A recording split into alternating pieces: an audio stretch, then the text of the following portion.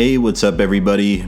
It's Leelo, and today we're talking about why the anime fighting game community is delusional. So really, just to narrow that down and just be like more honest about it, I mainly just want to talk about Sparking Zero and the new Bleach game, Bleach Rebirth of Souls. Here's the thing, guys. Sparking Zero is a heaping pile of trash, and Bleach Rebirth of Souls, it was released as a unfinished borderline pile of trash as well, but the difference is it seems that Bleach Rebirth of Souls is having a way more actively engaged patching process. Like, the developers have been working hard to actually patch that game, and they're fixing a lot of the things that were broken with it. Okay, but both of these games have glaring problems, and the community that's playing both of these games is, for the most part, just in complete denial about them. So I'm just going to go into detail and talk about that, okay? Let's start with Bleach, and then we'll go over to Sparking Zero, because Sparking Zero is just like irredeemable trash at this point. It'll take a while to go into detail about all that, so let's start with like the easier one is Bleach. So Bleach, before it was released, some of the higher ups who were like developing the game, it was either the director or producer, it was somebody in a leadership role. He had an interview with IGN and he listed his inspirations for the game. He said his inspirations were Tekken and Fighter Z. And then when they released like gameplay trailers, it looked like an arena fighter, but a lot of YouTubers were saying, no, this is going to be like Tekken and it's going to be a very competitive fighting game. And then people in the comments would take it to new levels. Like, I had spoken with some people who were saying they thought that this game was going to be bigger than Sparking Zero. They thought that this game was going to potentially be an Evo someday. This was going to be a real deal, incredible fighting game. And then when it was released, it had a very limited combat system and it didn't even have ranked. The PC port was completely broken. A large portion of PC players couldn't even turn the game on. They turned the game on and it would immediately crash. And it was so like poorly put together that people had to change the region that they were like playing the game in. They had to like go into the settings of the game, change the region that they were playing the game in, and say that they were like in Japan so that the game would function. Just crazy stuff. It implies that the developers left out very basic fundamental pieces of code and just shipped the game out completely unfinished, sold the game completely unfinished, and people bought it and played it. The game was in such a poor unfinished state that people data mined the files, meaning like they went deep into like the game's makeup itself and saw that there were some data mined files for a ranked mode, implying that maybe someday in the future they might implement a ranked mode, or they started making it, didn't finish it, and sold the game unfinished. So that was a crazy thing, and people were actually like celebrating about it. They were saying, oh look dude, we're going to get a ranked in the future. And then about 2 weeks after that, the developers actually did something really good. They put out a message like speaking about this stuff directly, and they said, we hear that you guys want ranked mode, so what we're doing is we're sitting back and we're watching you guys play, and we want to get a catalog of all the bugs that are happening, so that way we can patch the game and then release a ranked mode that's proper and works well. And people were cheering about that. But here's the reality, guys. What they literally admitted to was that they sold you a beta test. That's what beta tests are for. We used to do this all the time. I remember when I was a kid, they beta tested Halo Reach. So like they dropped Halo Reach as a beta first. It was like a free-to-play beta where for about 3 days you could just play Halo Reach online, and you knew you were a beta tester. You were playing the game for free, and you were supposed to like leave reviews based on what was wrong with the game. If you noticed any bugs, just like type a little review and send that to them, and the developers were looking at that and they used that data to improve the game for like another month or two. Then they sold the game. Now developers have like taken it from just tweaking 1 or 2 things to improve the gameplay to straight up, we're releasing the game at 70% finished and we're going to quote unquote patch the rest in later, meaning we're selling you the game in its beta tested state, and then later we're going to just give you the full version for free later on, which is actually diabolical. It's actually diabolical, but people will cheer for it in the modern day, which is not good. It's very weird. Like, what it shows to me is like anime fans so badly, and I'm an anime fan myself. My whole main channel is me like talking about anime. I love anime, right? And I played Sparking Zero like insanely. I have like 500 plus hours in that game. I have 5,500 ranked matches, I think, and I haven't played it for 2 months. So that should tell you like how much I was avidly playing it. I was top 100 in that game. I love anime games, right? But I can look at it objectively and say they're being shoveled out in trash states, in a trash garbage state, and people are buying it simply because they love the original source material deeply. And that's a real shame, because they have the opportunity to make like generational games, but they're pushing out like the bare minimum and people are happily buying it. And then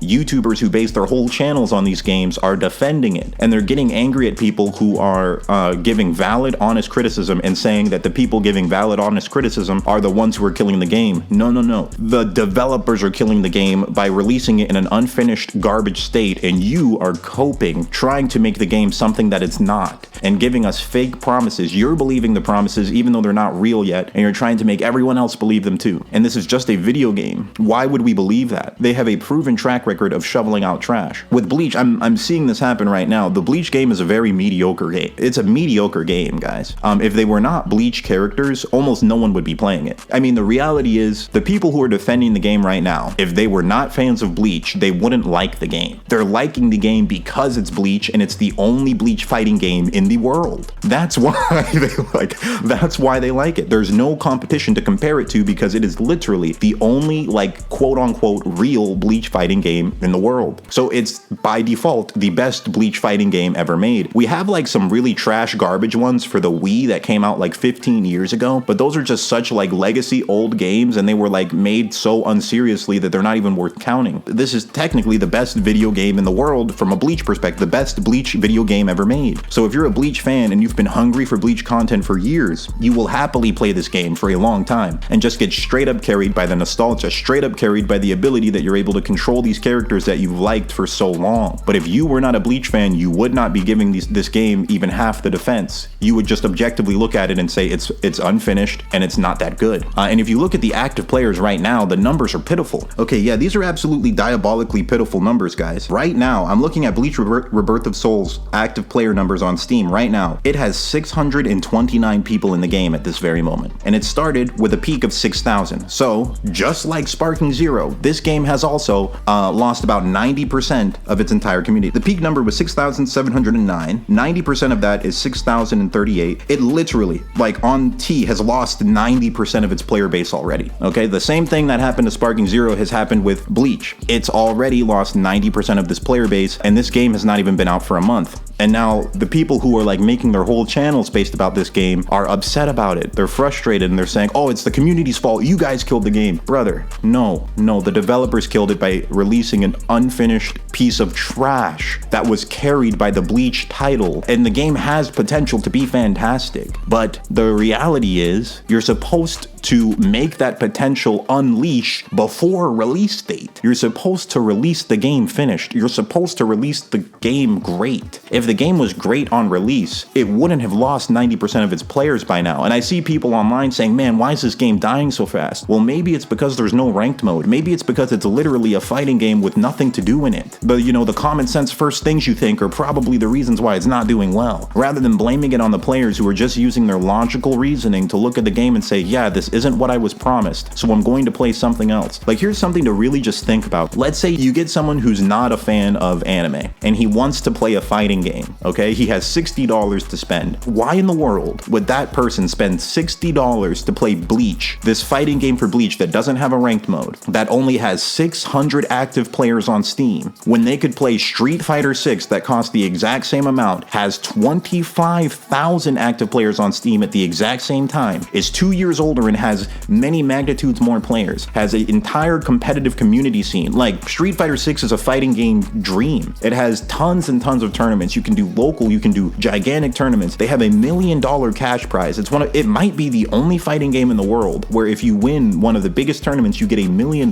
You're treated like a real, like, professional esports player just from that one game. But if you play Bleach, there's no way to even tell who's better than someone else. You could be, quote unquote, the best Bleach player in the world. There's no way to tell. There's no rank. There's no way to tell. So you cannot blame players for just using their common sense and spending their hard-earned money. People work hard for their money, man. There's people out there who are working construction right now in the burning sun. They come home, they want to relax. They don't want to hop on a game that has 50 people playing it. If they want to get into fighting games, they don't want to play this Bleach game that doesn't even have a ranked mode. Like, the whole point of fighting games isn't to just act out your anime fantasies. The big point of fighting games is to have fun getting good at something that people consider challenging. But it's like a hobby that you enjoy, and and you get good at it yourself to the point where you're beating other people. That's like the entire main appeal of fighting games, at least it is for me. And like that's the whole point of having a training mode where you can lab combos and see yourself dramatically improve, and see yourself being able to do things that you couldn't do before, see yourself being able to do combos that at first you get destroyed by someone online and you're like, bro, what that guy just did, I can't even imagine myself doing that. And then a month later, after a bunch of training, you're doing the exact same thing. Like, those are the hidden joys of fighting games. But if your game doesn't even have a ranked mode, it takes all of that out, and we don't even know when the ranked mode's going to show up. So no, you cannot blame the community for using their own common sense to look at a game that came out clearly unfinished, that still is clearly unfinished even to this day. They're adding more and more patches in, but guess what? All of that stuff should have been done before release date. And you cannot get mad at people for using their common sense and spending their hard-earned money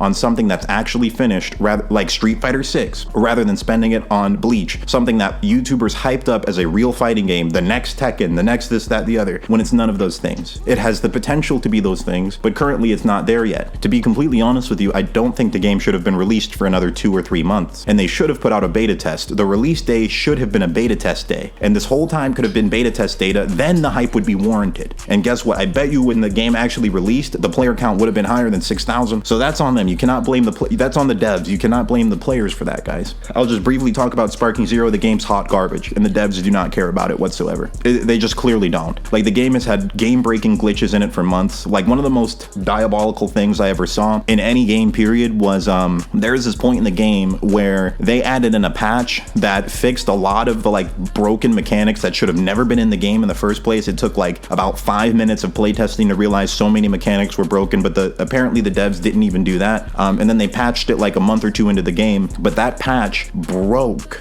team battles. The entire team battle rank system of the game broke. What happened was, if you switched out your characters in the last 60 seconds of the match, your HP would come back entirely, and then the winner of the match was decided on who had the most health points. Like, you could lose the entire round. You could just get destroyed the entire game. Last 60 seconds, switch through all of your characters, you win. You didn't even like throw a punch and you win. That's a game-breaking like code red problem. I noticed it within 30 minutes of playing, and the fact that they released a patch like that shows that they did not even play test it for 30 minutes. So that's just downright abysmal. And you would think a game-breaking glitch like that would get fixed overnight. They left it in the game for about at least a month. And it was so bad that I stopped playing team battle. And during that time, I got top 100 in single battle because team battle was just so broken, I stopped playing it. But it's just like, that was downright diabolical. And that's when it started to really click to me that they don't care about this game. Then just there's a plethora of bugs. Like, there's a key spamming bug that's still in the game with Master Ultra Instinct Goku that's been there for, I think, since the start of the game. It's been there, and it's still there now. The game's about 6 months old and it's still there. It's like, that game is so trash it needs its own video. So I'm just going to stop the video here. But yeah, I just hope that anime games get better in the future. I really hope that Capcom starts making them because it seems like any anime game that Bandai makes turns to trash in the modern era. So I hope that Capcom starts making them because they know how to make a fighting game. They know how to make a solid, polished fighting game. So if Capcom starts making all the fighting games, I think that would be awesome. But alright guys, that's everything I wanted to say. Thank you for watching, and I'll see you on the next one.